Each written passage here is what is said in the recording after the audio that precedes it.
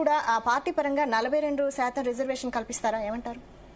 ఇప్పుడు మిత్రుడు ఊకదంపుడు వ్యవహారాలు బాగా చెప్తున్నాడు. దేనికి ఒక్కటి కూడా పనికిరాంది. నిజంగా వీళ్ళు ప్రామిస్ చేసింది మేము కాదు. ఏదైతే కామారెడ్డి డిక్లరేషన్ మీ రాహుల్ గాంధీ గారిని తీసుకొచ్చి మీరు ఇంత బారెడు మాటలు చెప్పి ఖచ్చితంగా విద్యా వైద్యం రంగాలలో అలాగే స్థానిక సంస్థ ఎన్నికలలో ప్రతి దాంట్లో మేము 42% ఇచ్చినాకనే మేము స్థానిక ఎన్నికలకు పోతాం లేదా ఉద్యోగ నియామకాలు చేపడతామని అబద్ధాలు ఆడింది మీరు. ఇప్పుడు మీకు నిజంగా చిత్తశుద్ధి ఉంటే, ఎక్కడ చిత్తశుద్ధి ఉన్నది బ్రదర్? మీకు చిత్తశుద్ధి ఉంటే క్యాబినెట్ లో 42% మంత్రులను పెట్టండి. ఫస్ట్ మీరు ఇచ్చిన చైర్మన్లకు, కార్పొరేషన్ చైర్మన్లకు 42% ఇవ్వండి. తర్వాత ఈ జోనల్ వైజ్ గా 32 జిల్లాలలో జడ్పీ చైర్మన్లు 42% బీసీలను కేటాయించండి. ఫస్ట్ నువ్వు చేయాల్సింది నీ చేతిలో ఉన్నది చెయ్యా. అది చేత కాక ఊకే కేసీఆర్ గారిని మాట్లాడదాం, కేసీఆర్ గారిని తిడదాం, కేసీఆర్ గారి మీద నోరు జాడదాం. ఇది తప్ప మీకు కేసీఆర్ గారు మాటలు తీయకుండా మీరు బతికే పరిస్థితి లేదు. ఇంకా మోసం చేస్తాం, ఇంకా ప్రజల్ని అది చేస్తామని చెప్తే ఎవరు నమ్ముతారు? మీరు ఆర్డినెన్స్ అన్నారు, ఎక్కడ అయిందా? అయ్యే అవకాశాలు ఉన్నాయి? అసలు ఆ పరిస్థితి ఉందా? గవర్నర్ గారికి పంపారు, వాళ్ళు అక్కడ గవర్నర్ గారు ఆమోదం చెప్తారా? లేదు. కేంద్ర ప్రభుత్వానికి చిత్తశుద్ధి ఉందా? మీరు చేసిన బిల్లు వాళ్ళు ఆమోదం చేస్తారా? ఇవన్నీ 100 క్వశ్చన్లు పెట్టుకొని 100 అనుమానాలు పెట్టుకొని ప్రజల్ని ఇంకా బురిడి కొట్టిస్తాం, ప్రజల్ని ఇంకా మోసం చేస్తాం, ప్రజలకు చట్టం ముందు నిలబడదంటారా? ఈ ఆర్డినెన్స్ చట్టం ముందు నిలబడదంటారా? ఖచ్చితంగా నిలబడదండి. ఒకవేళ నిలబడకపోతే రామూర్తి గారు, ఒక బూచి ఆర్డినెన్స్ అనేది ఒక బూచి. ఒకవేళ నిలబడకపోతే మీరు 42% రిజర్వేషన్ అమలు చేస్తారా? పార్లమెంట్ లో చట్టం కావాలండి. మిత్రులకి తెలియదు అనుకుంటా. Whatever ordinance is nothing but pre approval from the governor ఆమోదం చెందిన ముందు స్టెప్ ఇస్ అన్ ఆర్డినెన్స్. అది తెలియదు, అది ప్రొసీజర్ అండి. అది ఆమోదం చెందదని చెప్పేసి అంటే ఇది ముందే చెప్పేస్తున్నారు ఆయన ఆమోదం చెందదని చెప్పి. అంటే బీఆర్ఎస్ బీజేపీ కలిసి ఆడుతున్న నాటకాన్ని మాకు అర్థం. నో ప్రాబ్లం, 100% మా దగ్గర ఒక రీజన్ ఉండదండి. మీకు రీజన్ ఉండదు. What is the reason to reject? You tell me. నీ చేతిలో ఉన్నది చెయ్యబ్బా. అవును, చేస్తున్నాం కదా. ఏ మాట అంటున్నారండి? కార్పొరేషన్ చైర్మన్లలో ఈ రిజర్వేషన్ వర్తించాలని చెప్తున్నారు. ఎప్పుడు జరిగిందండి క్యాసెన్సస్? కార్పొరేషన్ చైర్మన్ ఎప్పుడు వచ్చిందండి? You tell me. ఏదైతే మాట్లాడుతున్నారో రామూర్తి గారు, నేనేమంటున్నాను, ఇంకా మోసం చేస్తాం, ఇంకా ఏదో మభ్య పెడతాం, ఇంకా మేము ప్రజల్ని ఈ మాయమాటలతోటి అబద్ధాలతోటి బూతులతోటి ముందుకు తీసుకుపోతామంటే ప్రజలు చూస్తూ ఊరుకోరు. ముఖ్యంగా మాయమాటలు చెప్పేటోడు మహాకిలాడి కేసీఆర్ అని చెప్పేసి ప్రజలందరికీ తెలుసు. అందుకే ఆయన ఫామ్ హౌస్ పంపించిండ్రు. మాయమాటలు చెప్పేది కేసీఆర్ ప్రభుత్వం, బీఆర్ఎస్ ప్రభుత్వం అని అందరికీ తెలుసు. అందుకని ఈ రోజు పర్మనెంట్ గా అడుగు కూర్చున్నాడు. ఇప్పుడు 28 రాష్ట్రాలు ఉన్నాయండి. ఈ ఒక ఆర్డినెన్స్ తోటి అయిపోతుందంటే 28 రాష్ట్రాలలో ముఖ్యమంత్రులకు తెలివిలేరా? వాళ్ళు దద్దమ్మలా? ఇంత అన్యాయంగా ఉండరా? అంటే ఈ ఒక్క చిన్నగా ఒక సంతకం పెట్టి ఆర్డినెన్స్ చేస్తే అయిపోతుంది అంటే. అయితే రామూర్తి గారు అయితే ఆర్డినెన్స్ ఈ చట్టం ముందు నిలబడకపోతే కాంగ్రెస్ 42% రిజర్వేషన్ అమలు చేస్తుంది అని అంటుంది. మరి మీరు కూడా ఒకవేళ నిలబడకపోయినా 42% రిజర్వేషన్ అమలు చేస్తారా? కాదన్న, ఇప్పుడు 42% మేము పార్టీ పరంగా ఇస్తాను అంటున్నారు అన్ని పార్టీలు. ఇప్పుడు నేను బీసీని అనుకుందాం, నన్ను ఒక సీట్లకు నిలబెట్టారు, కాంగ్రెస్ పార్టీ తరఫున నిలబెట్టారు. నేను బీఆర్ఎస్ పార్టీ ఇంకో రెడ్డినో కమ్మోనో నిలబెడతాము. అప్పుడు అగ్రకులాలు నిలబడ్డాక బీసీ ఓడిపోతాడు. అంటే వీళ్ళు చేయాల్సింది బీసీలకు ఒక్క సీటు కూడా రాకుండా ఉండాలని ఒక దుర్మార్గమైన కుట్ర కాంగ్రెస్ ప్రభుత్వం చేస్తుంది. నిజంగా నీకు చిత్తశుద్ధి ఉంటే నువ్వు చేయాల్సింది చేయకుండా ఇంకా బీసీలను అన్యాయం చేస్తాం. బీసీలకు నువ్వు చాలా వాళ్ళ జనాభా అన్యాయం చేస్తాం. ఇంకా బీసీలకు ఏదో చేస్తాం, మేము బీసీలకు ఏదో నిలబెడతాం అంటే ఫస్ట్ నువ్వు చేయాల్సింది నీ చేతిలో ఉన్నది చెయ్యి.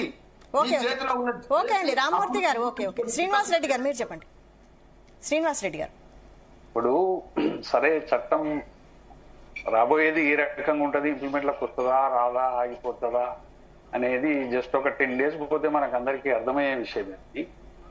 దీని ఆఫ్టర్ రెండో విషయం కూడా చాలా మంది తెలియదు. సరే పొలిటికల్ మైలేజ్ లో అందరూ మాట్లాడవచ్చు, అది వేరు. కానీ ఫ్యాక్ట్ ఏంటంటే తెలంగాణ లోకల్ బాడీస్ లో ప్రజెంట్లీ అంటే ఇప్పటికే బీసీలు సర్పంచ్లు కానీ ఎంపీటీసీలు కానీ more than 39% they are winnowing.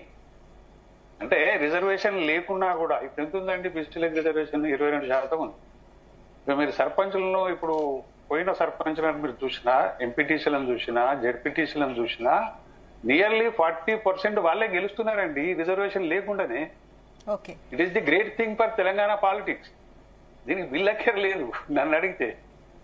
Bill కంటే ఎక్కువ సమాజం స్పందిస్తున్నారు, దాన్ని మనం గమనించాలి.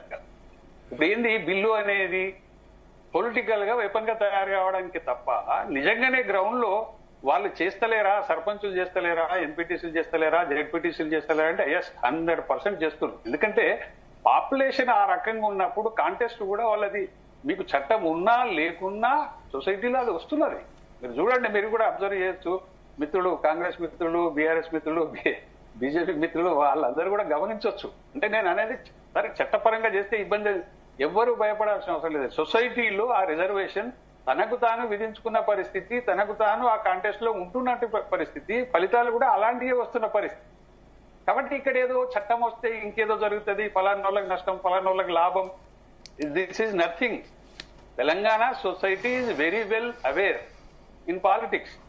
దానికి కాంగ్రెస్ కామారెడ్డి డిక్లరేషనో లేకపోతే బీజేపీ హామీయో లేకపోతే బీఆర్ఎస్ హామీయో అవసరం లేదండి. తెలంగాణ ఇది వెరీ వెల్ అవేర్ గా ఉంది. అయితే ఇక్కడ సమస్య ఏంటంటే రెండు, ఇప్పుడు ఏంటంటే ప్రధాన కాంటెస్ట్ లో తెలంగాణ రాజకీయాల్లో 3 పార్టీలు మనకు అందరికి కనపడుతున్నాయి. అది Congress, BJP, BRS. No doubt Congress సరే అది సిచ్యువేషన్ ఆ రకంగా ఉంది. ఒక రకంగా చెప్పాలంటే ఆ బిల్లు తీసుకొచ్చి కొంత క్రెడిబిలిటీని పొందే కొంత ఈ ఎమ్మెల్సీ కవిత అలాగే తీన్మార్ మల్లన్న వీళ్ళు బీసీ నినాదం బాగా తీసుకొచ్చారు కదా, వాళ్ళకి చెక్ పెట్టింది అనుకోవచ్చు. ఒకటండి, వాళ్ళు ఎవరో తీసుకురావాల్సిన అవసరం లేదు. తెలంగాణ సొసైటీ వెరీ వెల్ గా బీసీలు పొలిటికల్ గా అవేర్ అయినరు, ప్రొసీడ్ అవుతున్నారు. అయితే వీళ్ళు ఏంటంటే పొలిటికల్ క్రెడిబిలిటీ మాత్రమే ఎవరైనా కోరుకుంటున్నది, కాంగ్రెస్ అయినా ఇంకోరైనా.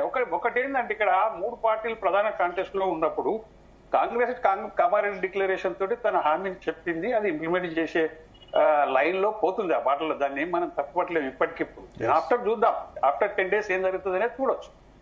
బీజేపీ కూడా కొంత బీసీ లైన్ లో ఒకప్పుడు పోయిన ఎలక్షన్ లో బీసీ ముఖ్యమంత్రిని చేస్తామని చెప్పడం, వాళ్ళు కొంత బీసీలకు ఆ పార్టీ బీజేపీ కూడా కాస్త దగ్గరైన పరిస్థితులు మనం చూసాం. నో డౌట్ అది లేదు. ఎందుకంటే వాళ్ళకి 8 లోక్సభ సీట్లు రావడం కూడా చిన్న విషయం కాదు. బీసీలు కూడా బాగా బీజేపీకి అట్రాక్ట్ అయిన పొలిటికల్ సిచ్యువేషన్ తెలంగాణలో చాలా మేరకు ఉంది. అయితే ఆ పార్టీ స్టాండ్ చేసుకుంటుందా, దాన్ని ఇప్పుడు అట్రాక్ట్ అయిన సెక్షన్ ను కూడా బీజేపీ నిలబెట్టుకుంటుందా, పోగొట్టుకుంటుందా అంటే ఈ మధ్యన జరిగిన పరిణామాలను చూస్తే కాస్త అనుమానం కలుగుతుంది ఆ పార్టీ మీద. రెండోది ఏంటంటే బీఆర్ఎస్ కే ఒకటి వెలితి. ఎందుకంటే poll line showed KCR party కాబట్టి కేసీఆర్ కాకుండా ఇంకో బీసీ ముఖ్యమంత్రి అయ్యే పరిస్థితులు బీఆర్ఎస్ కి లేవు. అంటే పొలిటికల్ ఈక్వేషన్ లో బీసీ, ఎస్సీ, ఎస్టీలో బీఆర్ఎస్ కు అది లేదు. ఎందుకంటే తెలంగాణ వాదంతో వచ్చిన పార్టీ కాబట్టి ఆ వెసులుబాటు ఒక బీఆర్ఎస్ మాత్రమే లేదు. నేషనల్ పార్టీలో కాంగ్రెస్ కావచ్చు, బీజేపీ కావచ్చు, ఈ సోషల్ ఇంజనీరింగ్ లో కొంత ఫార్వర్డ్ గా ఉండే అవకాశం ఉంది. అందుకనే ఇప్పుడు కవిత గారు ఏం చేస్తున్నారు, పదే బీసీ నినాదం వినిపిస్తున్నారు. సరే వాళ్ళు బీఆర్ఎస్ లో అది అంతర్గతంగా ఏమైనా కలహాలు ఉన్నాయా ఆమెతోటి అంటే అది వేరు విషయం. కానీ ఆమె ఒక ఎజెండాను తీసుకొని ముందుకు పోతుందంటే ఈమె కూడా సరే పార్టీ చెప్పలేకపోయినా బీఆర్ఎస్ పార్టీ స్వతహాగా బీసీ నినాదంతో చెప్పే పరిస్థితులు లేనప్పుడు ఈమెను కవితను బీఆర్ఎస్ ఒక వెపన్ గా వాడుతుందా అనే అనుమానం కూడా ఉంది సొసైటీలో. ఓవరాల్ గా 3 పార్టీలు కూడా ఇప్పుడు మనం చూస్తే మేజర్లీ బీసీ పోలరైజేషన్ లో మాత్రం ఎంతో కొంత కాంగ్రెస్ అండ్ బీజేపీ ఫార్వర్డ్ ఉన్న మాట వాస్తవం. అయితే ఇక్కడ ఏంటంటే బీజేపీ దాన్ని స్టాండ్ చేసుకుంటుందా లేదా అనే దగ్గర అనుమానాలు అక్కడక్కడ. వెంకటరెడ్డి గారు మీరు చెప్పండి, అసలు ఈ 42 రిజర్వేషన్ పై మీ వైఖరి